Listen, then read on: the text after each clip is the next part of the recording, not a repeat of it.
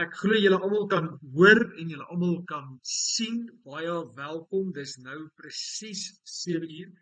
Daar sal seker nog heelwat mense wees wat inskakel by ons vanaand.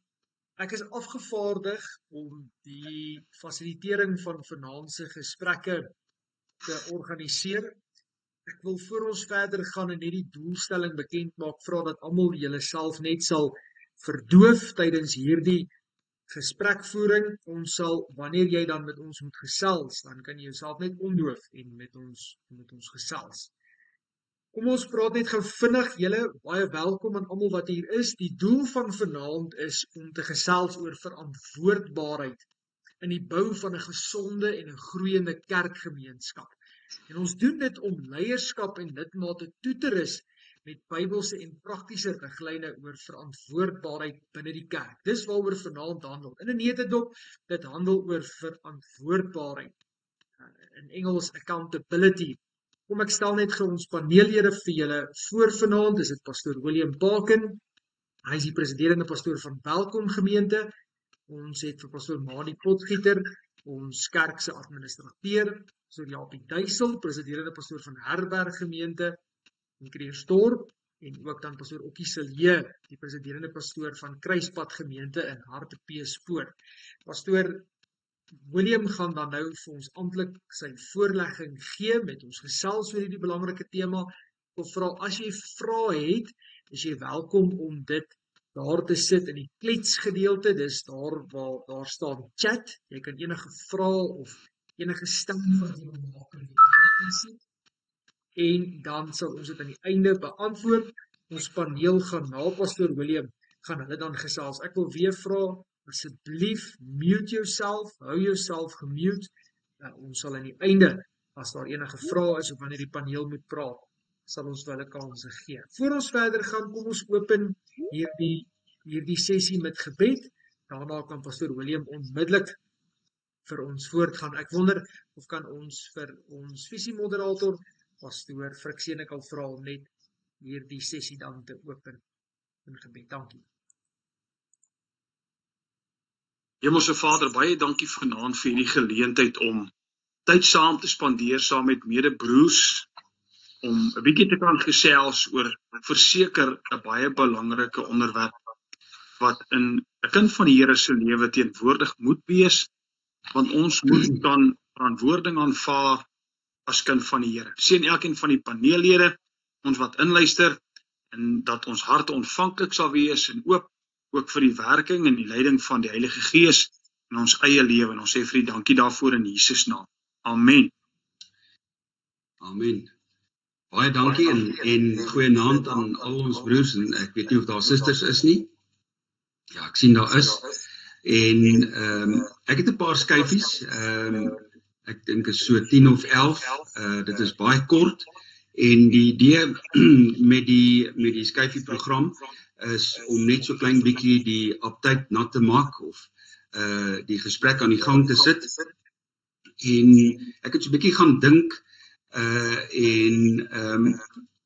aan accountability of dan verantwoording te doen. En as my programmetjie net wil vorentoe skuif, sal dit goed wees. Ek sien dat daar in Johannes 17, die eerste 5 verse, het ek sommer die gedeelte daar op die skerm. Kan julle dit sien, Frans?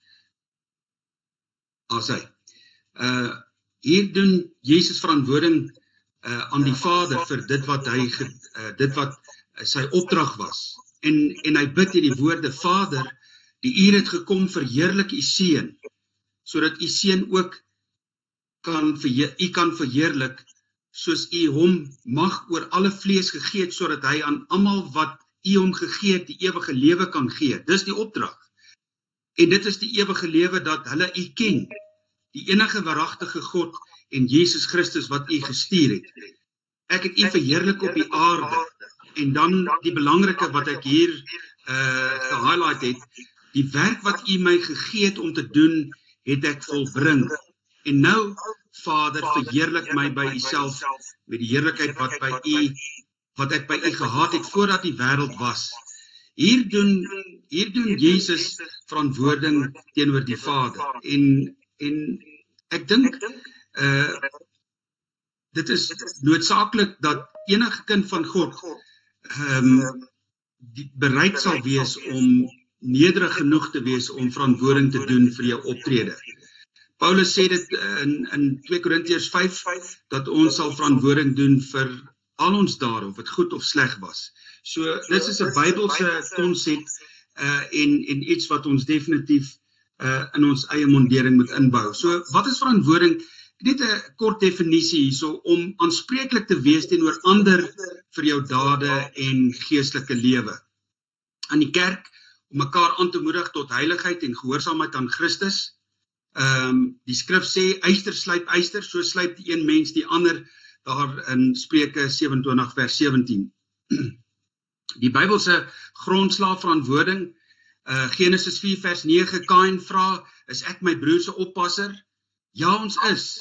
En ons is verantwoordelik teenoor mekaar, en eintlik moet ons 'n verantwoordelikheidsmaatjie hê, wat sê ek wil jou oppas, ek wil jou 'n paar ongemaklike vrae vra. Soos net byvoorbeeld, het jy vanmôre 'n bietjie gebid, wanneer laas het jy jou Bybel oopgemaak? En dan moet 'n ou die vrymoedigheid hê om te antwoord. Ja, ek is my broers se oppasser. Jakobus 5:16 sê, bely julle sondes teenoor mekaar. Hier hou ons dan mekaar verantwoordelik.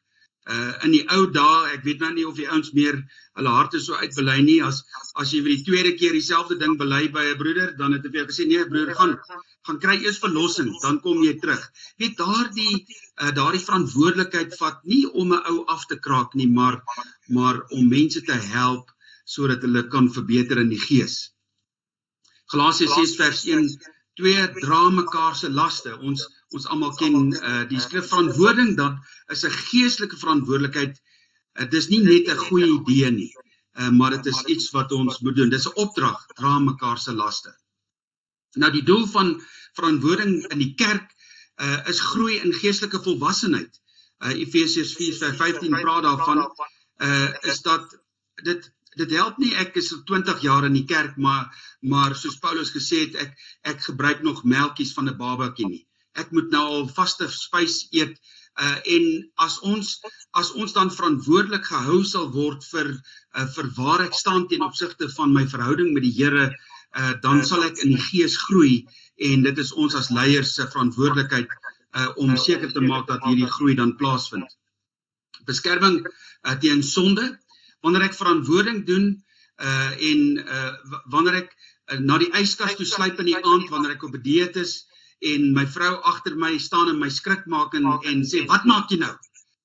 En ek die melk in die lig in opgooi, dan hou sy my verantwoordelik, sodat ek my beskerm teen myself. Want die skrif sê tog, dat bedrieglik is die hart van die mens, wie sal hom ken? So ons moet mekaar help om verantwoordelik op te tree, ook dan aanmoediging in die geloof en diens, en dan bou autentieke Christus gesentreerde verhoudings. Weet, waar ons mekaar regtig omgee. Waar as die buurman siek is, dat jy vir hom 'n bordjie kos vat, en weet om net om te gee vir mekaar.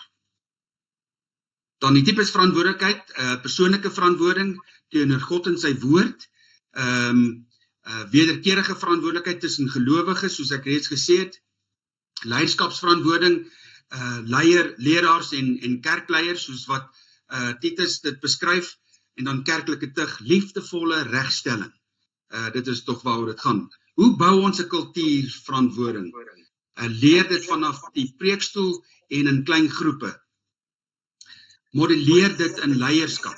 As ek die woord modelleer reg verstaan as Engelsman, dan model ek die kultuurverantwoording in die openbaar, en wanneer ek 'n fout maak, vra ek om verskoning, en sodat mense kan verstaan dat ek erken my foute, maar ek wys ook hoe word dit gedoen. Dit is hoe ek die modellering verstaan. Skep veilige ruimtes vir eerlikheid en belydenis. Ek het 'n bietjie gedink daaroor vandag.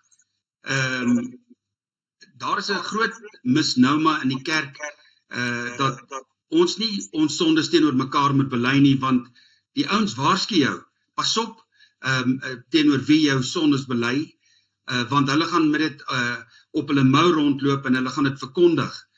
Maar ons as geestelike leiers, ek dink is vir ons verantwoordelikheid om mense te help om verantwoordelik op te tree met mekaar se siele en met mekaar se swakhede.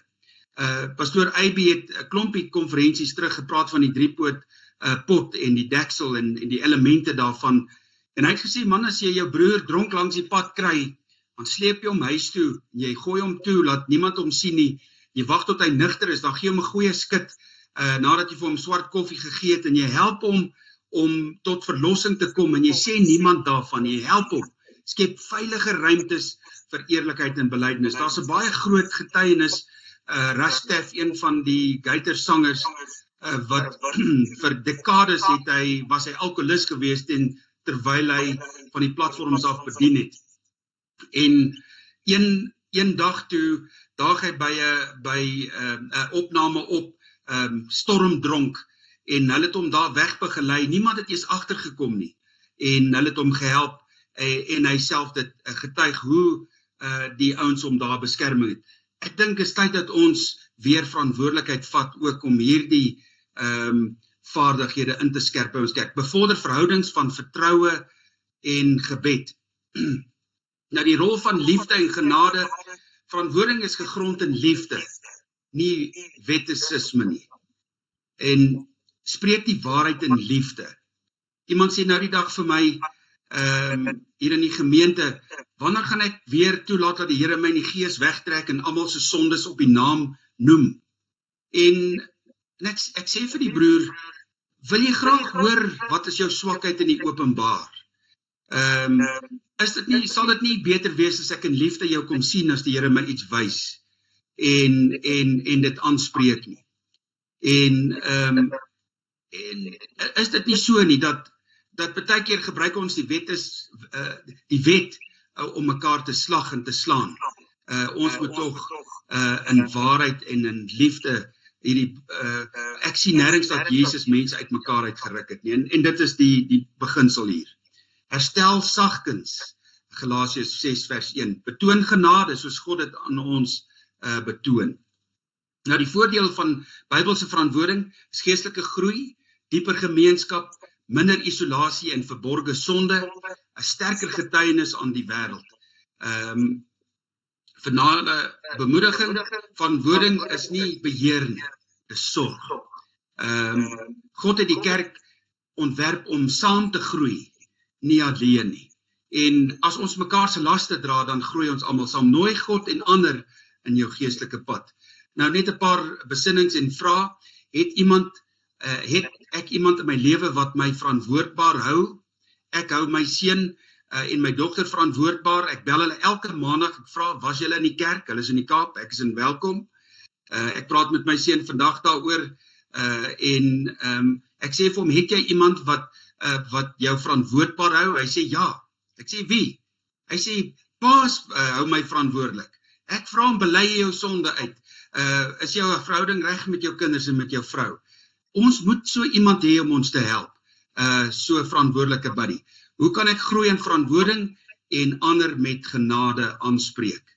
Dit is 'n retoriese vraag wat jy self moet antwoord. Watter stappe kan ons kerk neem om Bybelse verantwoording te bevorder? Daar sê hy, broer Frans, ek gee vir jou nou terug. Baie dankie, Pastor William. Hierdie was baie insiggewend geweest. Ek glo almal sal met my saamstem. Vir die lede van ons paneel, ons val weg. Ek glo Pastor Japie Duisel gaan ons sommer eerste kan help. Vertel vir ons, hoe definieer jy persoonlik verantwoordbaarheid as 'n leier? Wat is jou persoonlike definisie van verantwoordbaarheid? Daarna kan die res van die paneel met ons gesels, net soos wat hulle dit in hulle harte ervaar om dan te doen. Baie dankie, Pastor Frans, en baie dankie vir die groot voorreg om ook deel van hierdie saak te mag wees vanaand. Ek hou nogal daarvan as ek 'n verantwoordbaarheid moet definieer om meer gebruik te maak van die woord aanspreeklik of aanspreeklikheid. Aanspreeklikheid verwys na die verantwoordelikheid om verantwoording te aanvaar vir jou optrede jou besluite en die konsekwensies daarvan, of dit positief of negatief is, in my opinie. Ek moet so optree dat ek agterna kan eienaarskap vat van die resultate. As dit positief is, wonderlik. As dit negatief is, dan moet ek nie iemand soek om te blameer vir die uitkomste nie. Die ander wonderlike ding wat ek graag net hierby aanheg, is ek sien nogal aanspreeklikheid of verantwoordbaarheid in 'n baie nou verband met die leierskapstyl wat ons handhaaf in ons gemeentes. Jy weet, ek is nogal 'n groot aanhanger van die diensknegleierskap. Glo dis wat Jesus gedoen het. Hy was 'n herder. 'n Herder loop voor sy skape uit. Hy was nie 'n cowboy nie. 'n Cowboy jaag die diere aan. Jesus was die model. Ons kan by hom leer. Hy het baie duidelik gedefinieerde grenslyne gestel, maar hy het mense so hanteer dat mense uit die aard van die saak daaruit kon leer, en hy het verantwoording gevat vir dit wat hy gedoen het. Natuurlik ook om iemand aanspreeklik te kan hou vir dit wat hy veronderstel is om te doen, beteken ek moet noodwendig vir hom 'n verantwoordelikheid gee. Ek kan nie iemand verantwoordelik hou as hy nie 'n verantwoordelikheid het om uit te voer nie, waarvoor hou jy hom verantwoordelik. Dis my gedagte, en dis die definisie rondom hoe ek voel persoonlike verantwoordelikheid van 'n leier. Dankie. Dankie, Pastoor Japie. Pastoor Okkie, hoe definieer jy hierdie saak van verantwoordbaarheid, en daarna kan Pastoor Mani vir ons sy definisie gee? Pastoor Okkie, net jouself unmute. Goeienaand almal. Ek wil net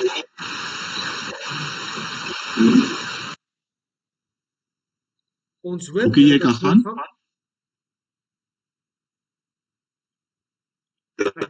Ek dink daar's tegniese probleme met Pastoor Okkie se mikrofoon. Pastoor Mani gaan so lank vir ons voort, en dan kan Pastoor Okkie direk daarna wegval. Ja, Okkie, skus man, ek dink net ons hoor jou nie van hierdie kant af nie, so jy kan ook net kyk daar aan jou kant. Al wat ek dink ek wil net iets bygevoeg het by dit wat nou al gesê is dat van verantwoordbaarheid is ook, dit gaan baie keer om die regte ding te doen, en die regte ding is nie noodwendig 'n goeie ding nie. Want aan die einde van die dag staan ons almal verantwoordbaar teenoor die Here. En uiteindelik, of dit nou die kerk raak, en of dit my persoonlike verhouding is met die Here, op watter faset van my lewe, as dit my finansies is, en nou praat ons maar dalk spesifiek maar my verantwoordelikheid daarso, insluitend my verantwoordbaarheid teenoor my broer en my suster, gaan dit ook baie keer nie oor gewildheid nie. Maar dit gaan oor die regte saak op die regte tyd, maar natuurlik, en ek dink Pastoor William het dit baie mooi gesê, met die regte gesindheid. Dink nie die Here het enige een van ons as regter aangestel nie, maar dat ons mekaar kan vermaan en vir mekaar kan bemoedig, en vir mekaar kan sê, dit is die pad, want ons moet verantwoordbaar wees teenoor God uiteindelik, is van kardinale belang. Ek wil net dit bygevoeg het. Dankie, kom ons kyk, Pastoor Okkie, hoe lyk dit nou? Werk die mikrofoon? Kom ons probeer weer, kan jy my nou hoor? Ons hoor baie duidelik, dankie. Daar sy. Ja, ek is nogal 'n bietjie bekommerd in die kerk dat ons praat oor 'n saak soos verantwoordbaarheid, en dan as ons nou gaan kyk na die aanvanklike idee wat ons gepraat het oor die floreerende kerkgemeenskap,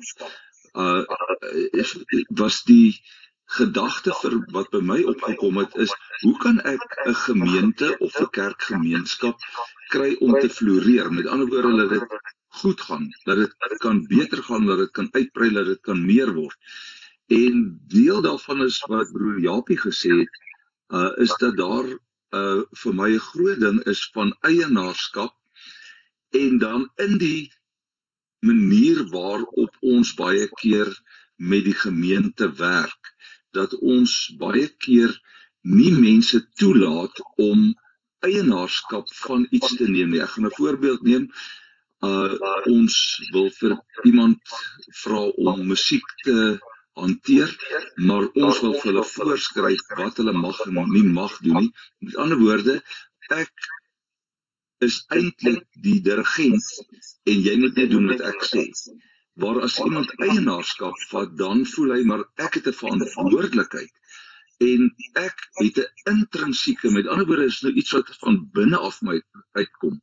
Want wanneer dit kom by aanspreeklikheid, jy's in die plek waar jy aangespreek kan word, maar jy moet ook dan kan antwoord op dit wat jy gedoen het. Nou, daar is verantwoordbaarheid en dan verantwoordelikheid. Waar die verantwoordbaarheid is, jy gee iemand die werk om te doen en hy vat eienaarskap om dit te gaan doen. En dan is hy selfgedrewe. Hy voel hy wil dit beter doen want dit is sy trots. Hy wil dit doen en dit laat die gemeenskap, die kerkgemeenskap groei want daar is meer as net een persoon se insette. En dan, ek gaan 'n voorbeeld doen. Kom ons veronderstel jy het iemand aangestel wat oor die klank is. En Sondagoggend kom jy by die kerk en hy's nie daar nie. Dan is hy aanspreeklik. Dan kan jy vir hom vra, maar hoekom was jy nie daar nie? Hoekom het jy nie daar? En baie keer vind ek in die kerk dat wanneer dit van buite afkom, met ander woorde is 'n ekstrinsieke motivering. Die pastoor het gesê ek moet dit doen. Dan is dit nie 'n ding van ek is trots op wat ek doen nie. Ek wil dit nou maar doen oordat dit my werk by die kerk is. Maar ek vat ons wat in leierskapposisie is, dat ons het eienaarskap van die gemeente gevat. En wanneer daar, kom ons veronderstel, iets gebeur dat jy vir 'n naweek nie by die kerk kan wees, kom ons sê jy is siek, dan sal jy jou eintlik partykeer kerk toe sleep.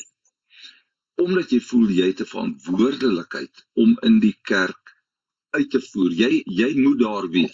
Eintlik moet jy in die bed wees, maar omdat daar 'n intrinsieke dryfveer is, en dit het ek al gevind in die kerk, dat baie keer dat ons,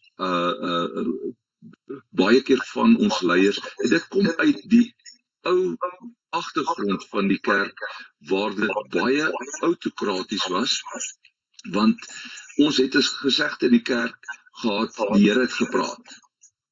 En dan weet ons nie altyd is dit die Here of was dit nou die pastoor gewees.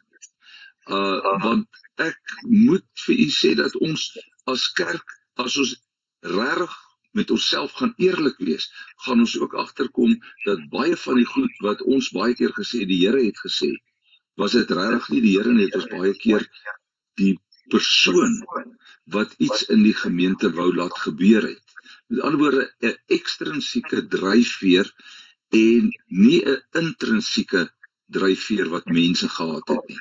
En dit het op die ou einde dan meegebring, dat die kerk op 'n punt gekom het, waar die pastoor moet alles doen. Mense sit terug en dan kan die kerk nie floreer nie, want daar's een ou wat die kitaar moet slaan, en as hy nie daar is om die kitaar te slaan, dan val ons in mekaar. Wat ek dan persoonlik wil sê, wat ek dan sien, is dat wanneer dit kom by verantwoordbaarheid, waar 'n mens mense tot verantwoording wil roep, moet jy in die eerste plek, en dis wat pastoor Japie gesê het, dat 'n mens so 'n persoon die eienaarskap van dit wat hy doen moet laat vat. Dat hy voel, maar ek is in beheer en ek doen wat ek doen. Ja, onder leiding van die, kom ons noem dit dan die hoofdirigent van die gemeente, maar baie keer het ek al gesien dat ons sê vir iemand, ek wil jy moet dit doen, maar jy moet dit so en so en so doen, en dit is met ander woorde ekstern en nie intern wat dit uitkom nie. So verantwoordelikheid, verantwoording, aanspreeklikheid, al hierdie dinge lê vir my by waar is jou motivering, lê dit binne jouself of lê dit buite jouself? Baie dankie Pastor Okkie, dit is so pragtig inleidend tot 'n volgende afdeling van verantwoordbaarheid, en dit handel oor wat kan 'n pastoor doen om hierdie kultuur van verantwoordbaarheid dan te kweek in sy gemeente. En as ek dit reg verstaan, dan sê ons vir mekaar dat eienaarskap en verantwoordbaarheid hand aan hand loop en dat dit juist deur dat eienaarskap 'n voertuig is waardeur verantwoordbaarheid tot stand kan kom in 'n gemeente en as 'n katalisator kan dien binne kultuurverband in 'n gemeente. Kom ons vra vir pastoor Japie om 'n bietjie met ons te deel, hoe kan 'n mens op 'n ander metode as net eienaarskap hierdie kultuur kweek en hierdie kultuur handhaaf van verantwoordbaarheid in 'n gemeente? Baie dankie, pastoor Frans. Wel, ek wil weer hier terugkom by ons leierskapstyl wat ons hanteer. Ek sê weer, Jesus was 'n leier, hy was nie 'n bestuurder nie. En hy is ons model. Hy is ons voorbeeld, een wat ons volg. Ons probeer doen soos wat hy gedoen het. En met hierdie styl word jy, dit gaan basies daaroor dat jy moet in mense probeer belê, jy moet ander oor jou sien en bereid wees om hulle op te lig. Dit gaan nie oor jouself, dit gaan oor empatie, dit gaan daaroor dat jy mense probeer ontwikkel en hulle probeer bou. En die feit van die saak is dat dit gaan ook baie oor vir my in hierdie leierskapstyl, oor die manier wat jy dinge oordra aan mense. Jy weet, kommunikasie speel 'n geweldige groot rol en daarbey gaan dit nie noodwendig net oor die manier wat jy dit sê nie. Kom ek praat van lyfstaal en gesigsuitdrukkings en die tipe van goed. Dit gaan ook nie soseer altyd oor die inligting wat jy oordra nie, maar dit gaan baie keer oor die gesindheid wanneer jy kommunikeer. Daar's 'n wonderlike Engelse afkorting van HAIL, HAIL, wat staan vir Honest, Authenticity, Integrity and Love. En die basiese gesindheid wat hiervan gepraat word, is dat jy reguit moet wees, oop moet wees, nie verskeie agendas moet hê nie. Dis die honest gedeelte. Die authenticity beteken jy moet net wees wat jy is. Jy weet, baie mense doen dinge, maar hulle het eintlik 'n ander plan om iets te probeer regkry daardeur. Die feit van die saak is ons moet net onsself wees, ons moet oop en eerlik wees en dan die I staan vir integrity. Integrity se definisie is om goed nie te doen nie, al sou mense jou nie sien as jy dit doen nie. Ek bedoel, dis nogal heel teenstrydig met die manier wat die wêreld rondom ons glo, veral die politiek. Daar's een gesegde of een motto wat hulle het, al het jy dit gedoen, is jy nie noodwendig skuldig nie. Jy weet, so, maar in God se woord gaan dit daaroor, as ek net selfs oor 'n ding gedink het in my gedagtes dat ek reeds die sonde gepleeg, ek ken dit. So, integriteit, en dan in die derde plek, as ek as 'n diensknegt leier wil lei, dan is daar love, die 11 verliefde, wat regtig daaroor gaan dat ek die ander persoon se voordeel soek, regtig, nie, jy weet, ons veral in die werk wat ons doen, in die bediening wat ons is nogal baie keer professionele om baie goed met 'n heuningskwas te werk. Jy kan mense baie mooi goed vertel, maar eintlik in jou hart voel jy nie dit wat jy sê nie. Ek was baie keer al op hoë vlak of in hoë vlak vergaderings en dan word daar 'n besluit oor iemand geneem en ek kan sien wat die algemene gevoel van die mense oor die persoon is en dan is ek toevallig by ook wanneer dan met die persoon in die openbare gepraat word, dan hoor ek maar dis heeltemal 'n ander gesindheid as wat ek aanvanklik dit ervaar het, want ons wil nie altyd noodwendig liefde openbaar nie, om iemand se voordeel te sien. Dis goed, ek wil baie graag hê die Here moet jou baie seën, maar hy moet jou net nie meer seën as wat hy my seën. Jy hoor wat ek sê. So, hierdie heil ding is nogal vir my baie belangrik, en dan om weer terug te kom en aansluiting by wat pastoor Okkie gesê het, is vir mense moet betrokke wees. Want jy kan nie iemand verantwoordelik hou as jy hom nie 'n werk gegee het om te doen nie. Hy moet betrokke wees en dan moet jy hom los wat hy dit doen. Die en dan kan jy verantwoordelik daarvoor hou as jy dit gedoen het, maar jy moet weet, dis sy werk, dis sy roeping, dis dalk noodsaaklik as deel van ons opleiding in die kerk om dalk mense hulle gawes te laat identifiseer. Jy weet, want al die mense wat musiek kan maak, wil nie noodwendig in die orkes speel nie. Al die mense wat lief is vir bejaardes, wil nie noodwendig vir ou tannies en ou oomies gaan kuier nie. Jy weet, ek glo jy verstaan wat ek probeer sê. So, ek kom weer terug na die leierskapstyl. Die leierskapstyl is baie belangrik. As dit 'n diensknegt leierskapstyl is, dan moet jy egter baie versigtig wees dat jy gesonde grenslyne neerlê. Jesus, alhoewel hy die liefde van self was, het hy geweet wanneer om te sê nee. Dat op 'n stadium ryk jongman na hom toe gekom en Jesus het vir hom gesê dat hy moet gaan dit wat hy het verkoop en hy moet terugkom en hom volg en die man wou nie.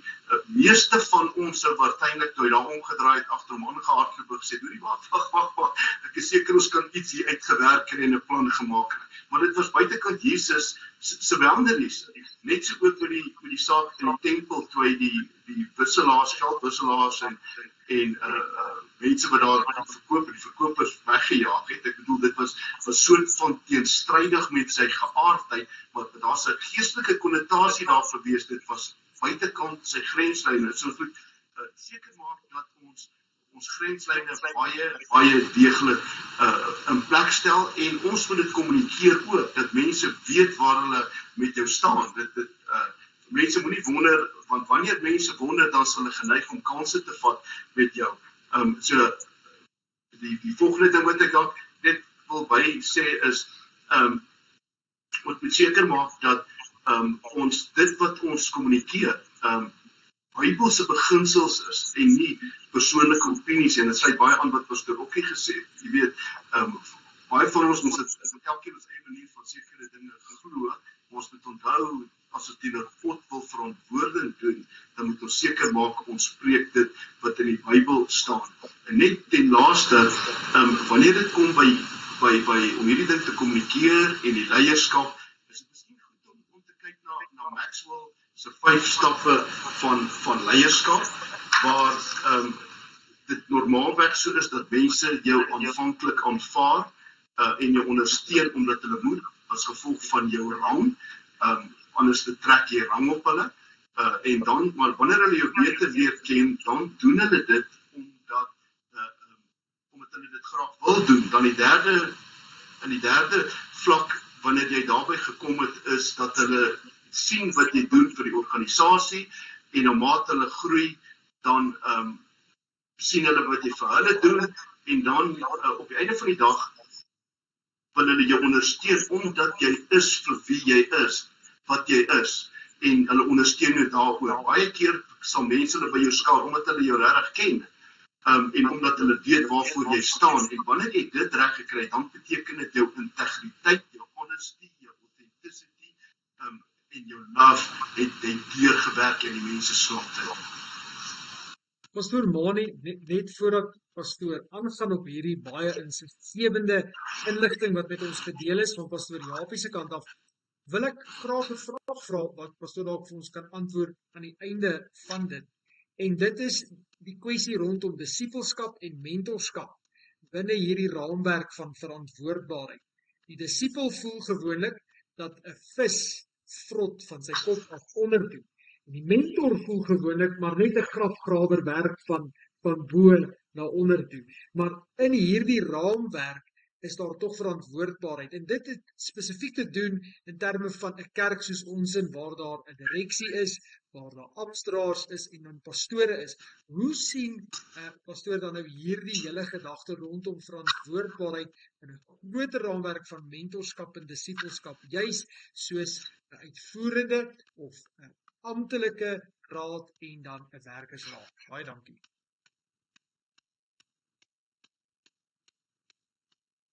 Jo, jy het nou 'n paar goed gevra. Ek wil net eers 'n opinie lewer oor iets.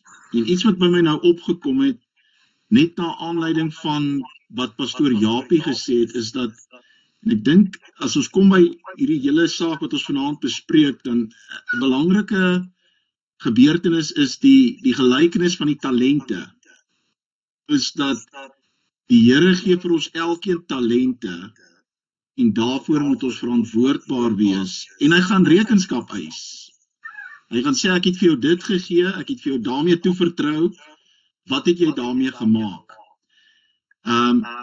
Iets anders wat net by my opgekom het, Pastoor Frans, en dan sal ek dalk net vir van die paneellede vra as hulle net raak en jy het 'n baie lang vraag gevra, is dat alhoewel elkeen van ons moet sy eie heil uitwerk vir die ewigheid, lê die verantwoordbaarheid daaraan om te kyk dat ons mense saam met ons hemel toe vat in 'n neutedop. En verantwoordbaarheid kom daarin wanneer jy moet vermaan, wanneer jy iemand moet regwys met die nodige gesindheid. Iets wat ons net oor van gepraat het, en ek dink daar's 'n mooi Engelse woord wat dit sê, ons moet mense leer om mense te empower, soos wat ons in 'n besigheid het, is dat as jy iemand nie gaan empower in jou gemeente opset nie, dan kan hulle nie verantwoordbaar wees nie, want uiteindelik gaan die verantwoording, soos Okkie gesê het, terugkom na die pastoor toe. En as ek dit daardie sê, dit beteken nie die pastoor is nie meer verantwoordelik nie, maar as ek mense nie empower nie, dan gaan hulle nie leer om volwasse te raak op verskillende aspekte en veral die geestelike aspekte van die lewe nie. Mense leer verantwoordbaarheid in die werksopset. Jy moenie laat wees nie, daar's dissipline, daar's sekere reëls en riglyne, daar's sekere prosedures wat jy moet nakom. En ek dink wat baie keer dalk maklik gebeur in die kerk is, dat ons is baie keer geneig dat die reëls net platval. Want ons moet mekaar net in liefde, en eintlik help ons partykeer mekaar van die wal af in die sloot, en dis waar die verantwoordbaarheid inkom, is om dan vir mekaar te sê, hey, met die regte gesindheid kan ek nog steeds my broer optel, met die regte gesindheid kan ek nog steeds voel vir hy wat op die grond is, of hy wat dalk deur 'n laagtepunt gaan, is dat, hoorie, staan op man, ons gaan saam, gaan ons hierdie stryd stry, en saam gaan ons oorwinning behaal.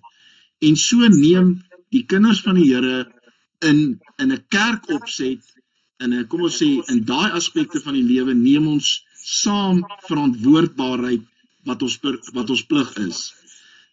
Pastoor Frans, kan ek jou vra, jy het nou net, breek jou vraag net op in verskillende aspekte. Eenvoudig, ek dink eintlik het pastoor dit reeds geantwoord, maar in 'n groter raamwerk, nie in 'n gemeentelike raamwerk nie. Hoe vestig, of hoe word verantwoordbaarheid gevestig tussen pastore, tussen mekaar, maar ook dan opwaarts en afwaarts tussen leierskap en pastore. Die kwessie van verantwoordbaarheid nie net op gemeentelike vlak, maar ook in 'n groter raamwerk.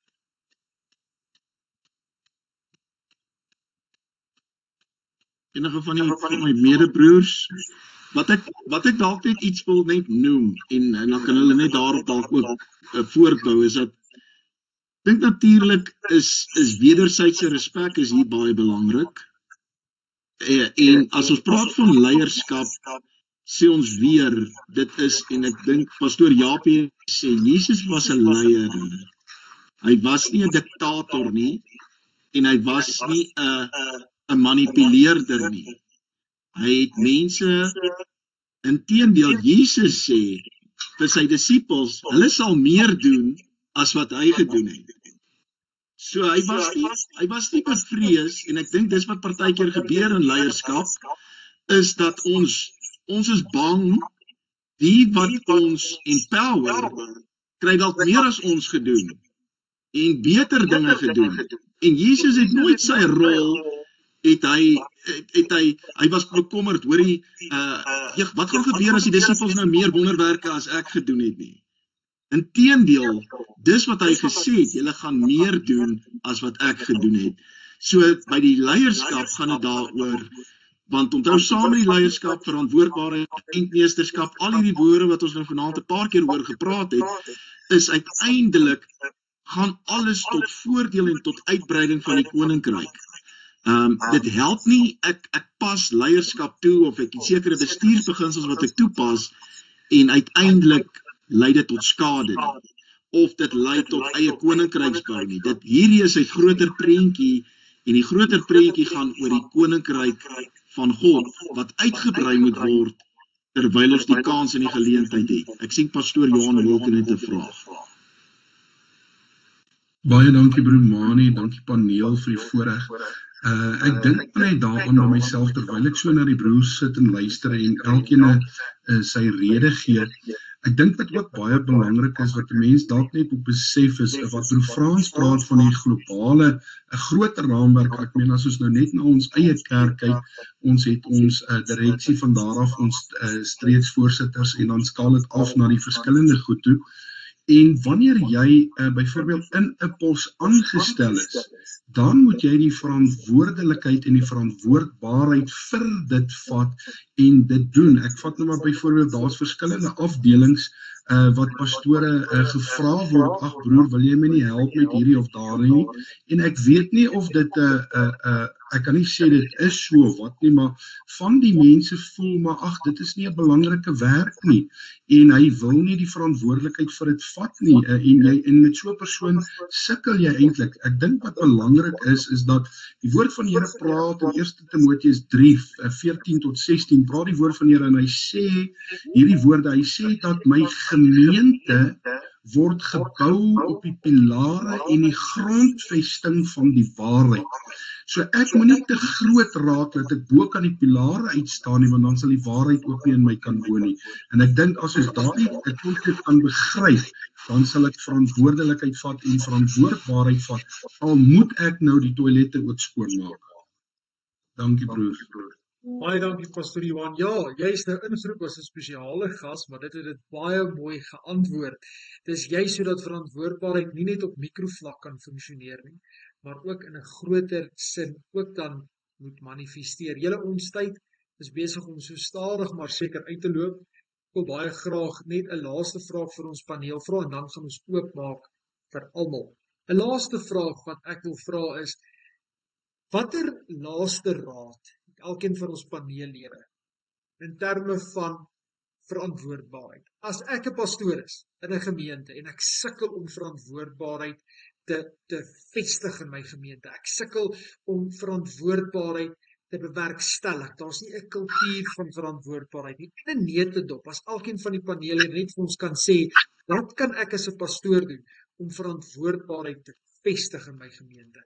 Ons kan by pastoor Japie begin, daarna pastoor Mani, en dan pastoor Okkie, as julle vir ons in 'n neutedop net 'n bietjie raad kan gee oor hoe om dit te bewerkstellig.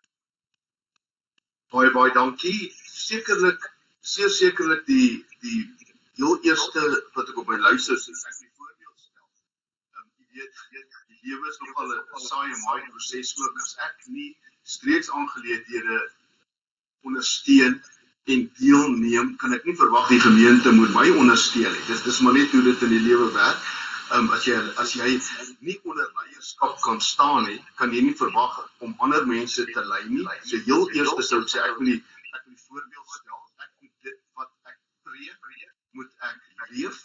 En dan die volgende punt wat ek wil maak is om hierdie persoonlike aanspreeklikheid by mense te kweek, is definitief om hulle verantwoordelikhede te gee, want dit beteken nie soseer dat jy wil nie jou werk doen, dit beteken net jy vertrou hulle so dat jy hulle kan aanstel daaraan, en dan moet hulle verantwoordelikheid daarvoor aanvaar en aanspreeklik gehou kan word, soos wat pastoor Okkie gesê het, en dan moet hulle eienaarskap natuurlik daarvan vat.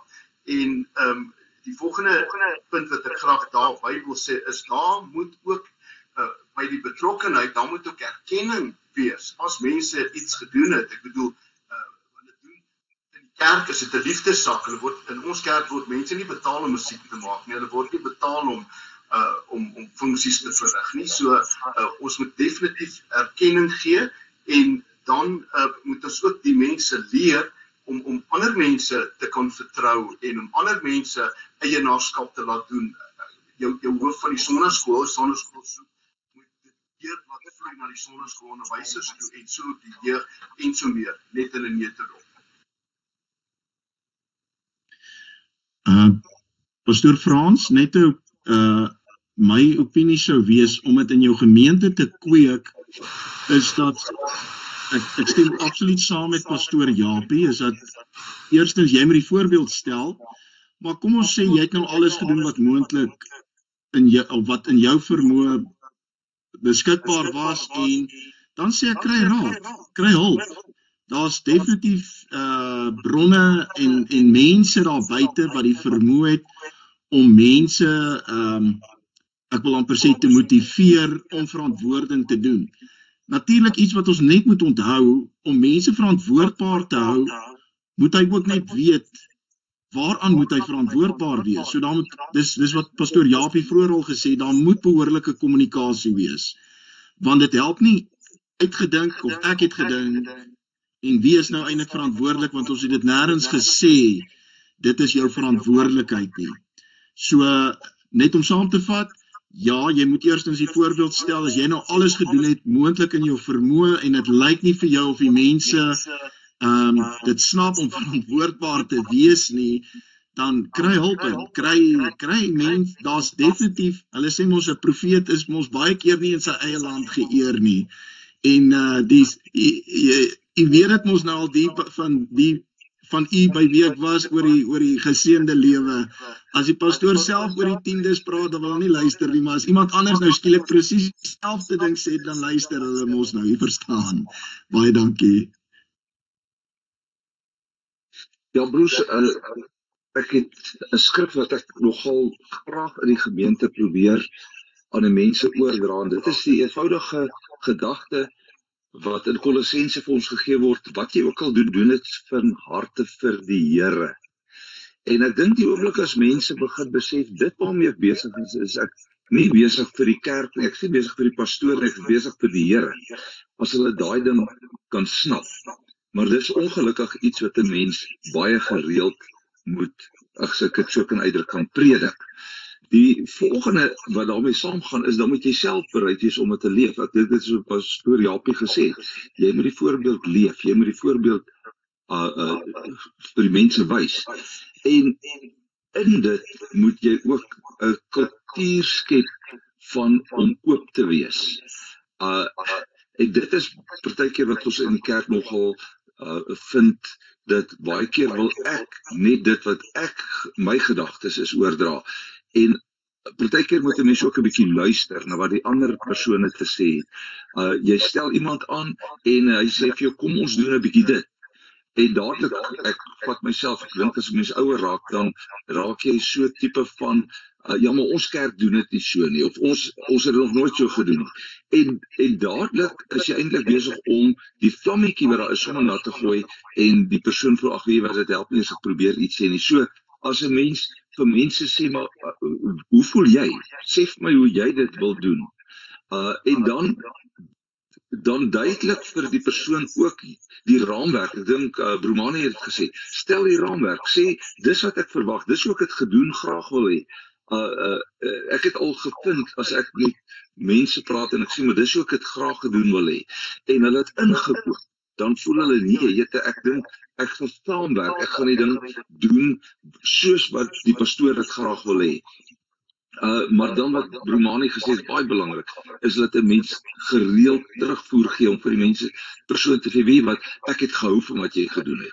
Al was dit nie die beste nie, al stel jy 'n hoër verwagting, maar dan is dit 'n geleentheid om te sê, ek het baie gehou van wat jy gedoen het, maar ek dink, as jy nou nog dit kan bydoen, volgende keer, met ander woorde, dat die persoon voel, dit wat ek gedoen het, word waardeer, want as 'n mens voel, jy word nie waardeer nie, dan verloor jy ook belangstelling.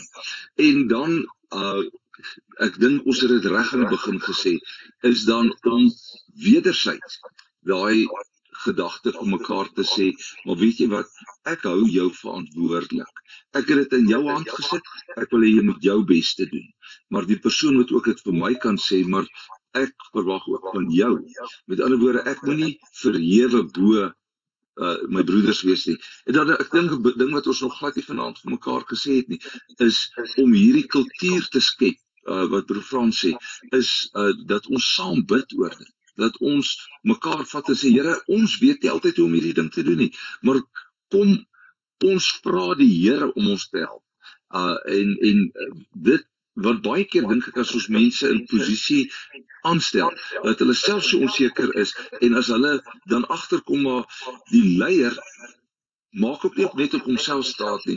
Ons maak staat op die Here, ons maak staat op die Heilige Gees. Ons nader hom wat groter is, want ons staan in sy diens, ons doen dit vir hom, dan maak dit net dat mense meer vrymoedigheid het. En ek dink dit kan 'n gemeente of 'n kerk laat groei. Dit kan daai uitbreiding vir ons gee, want ons het meer mense wat hande vat en wat deel word van die groter stelsel. Baie dankie julle. Ons gaan nou oorgaan in hierdie laaste paar minute wat ons oor het, na vrae wat ons lede vir ons wil stel.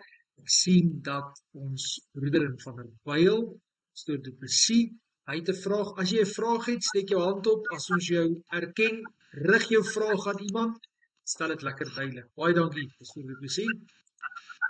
Goeienaand, geliefdes. Ek wil net vinnig ietsie noem wat vir my baie interessant is. Maak nie saak wat die verantwoordelikheid is of die verantwoording wat jy instaan nie. In 2 Kronieke 25 vers 2 staan daar 'n skrif en hy praat van koning Amasia. En hy sê net hy het gedoen wat reg is in die oë van die Here, maar nie met 'n volkome hart nie.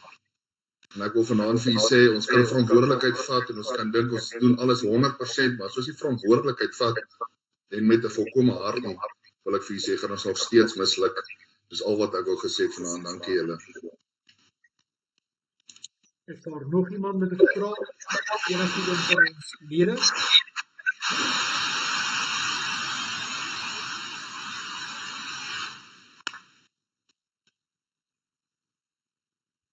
Goed, dit lyk nie of daar enige vrae is. Jy is welkom om na die tyd vir ons 'n vraag te stel deur byvoorbeeld 'n e-pos te stuur aan Pastor William of om hom direk te skakel of enigiemand van ons paneellede.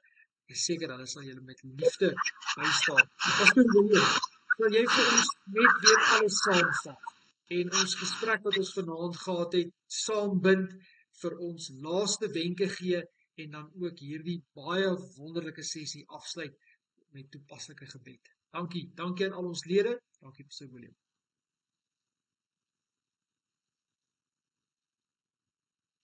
Baie dankie Pastor Frans en baie dankie aan vir die paneellede en vir almal wat bygedra het.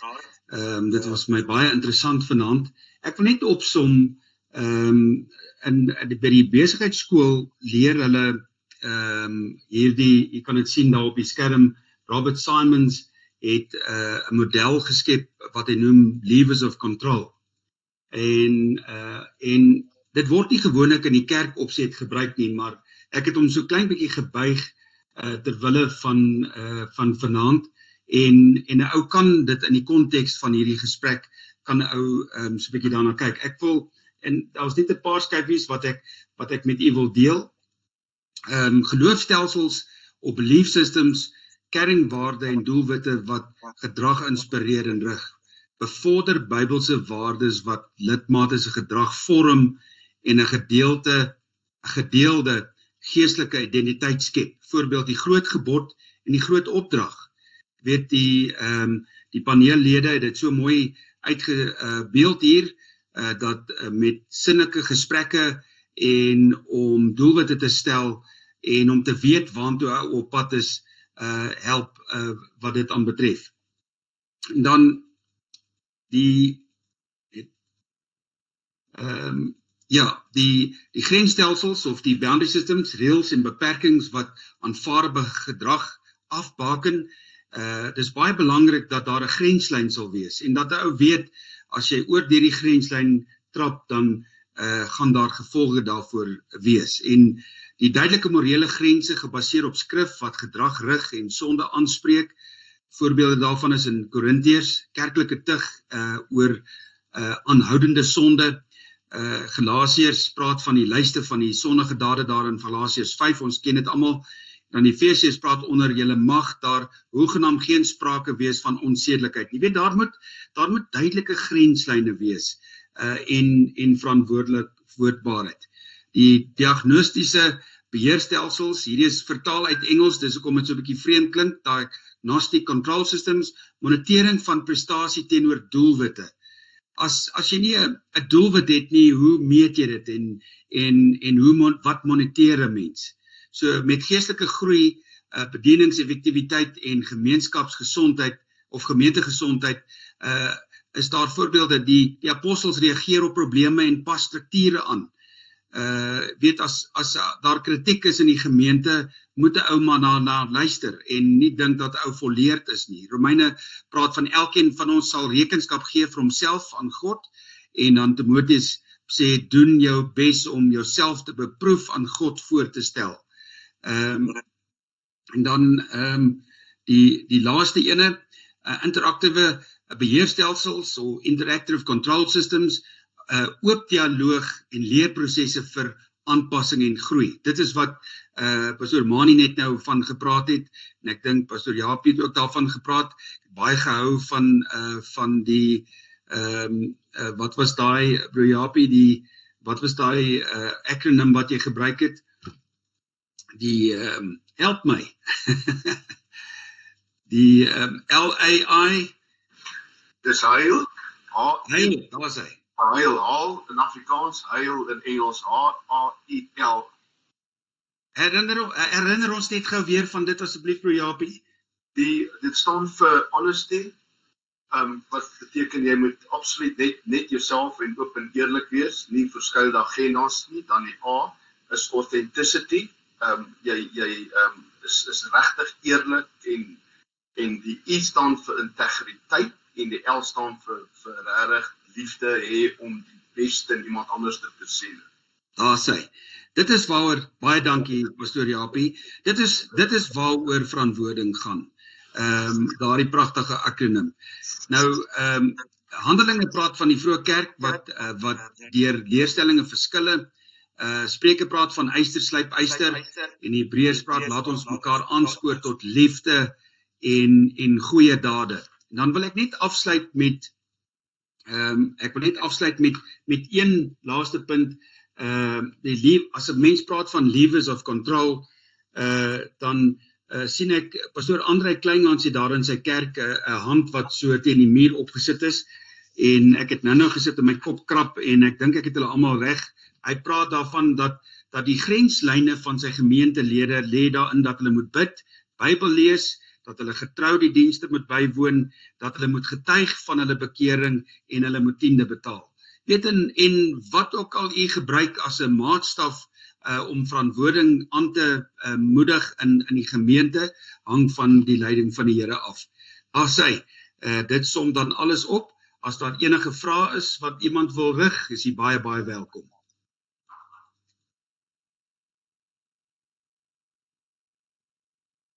Sy Broer Frans?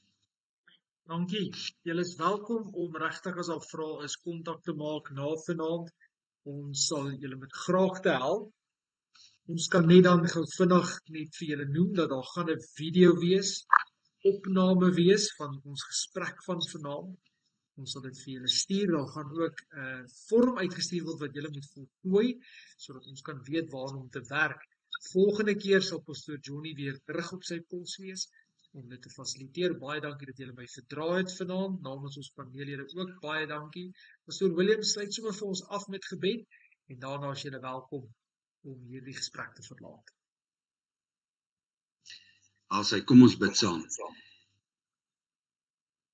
Vader van ons Here Jesus, U het gekom om te leer en te lei. U het gekom om te help, te inspireer en te motiveer. Here, ja, U het ook grenslyne, het U getrek, en U het ook afgebuk toe die vrou na U toe gebring het, en U daar geskryf oor die grenslyne. En Vader, ons quoteer dit baie dat die volk gaan ten gronde aan 'n gebrek aan kennis. Here, ek wil bid dat U ons dan sal toerus, dat ons kennis sal opdoen, en dit is ons poging, Here, dat U, Here, vrug sal gee op hierdie gesprek, en dat ons hier sal weggaan, Here, en dat ons miskien na U toe sal kom, sodat U ons verder kan oplei, en kan help en lei deur die Heilige Gees. Ek wil bid vandag ons nou onder die kosbare bloed. Ek wil bid seën almal wat bygedra het, die paneellede en broer Frans. Here, dat U hulle ook sal inspireer op hulle pad vorentoe. So ons gebed in Jesus Christus naam. Amen.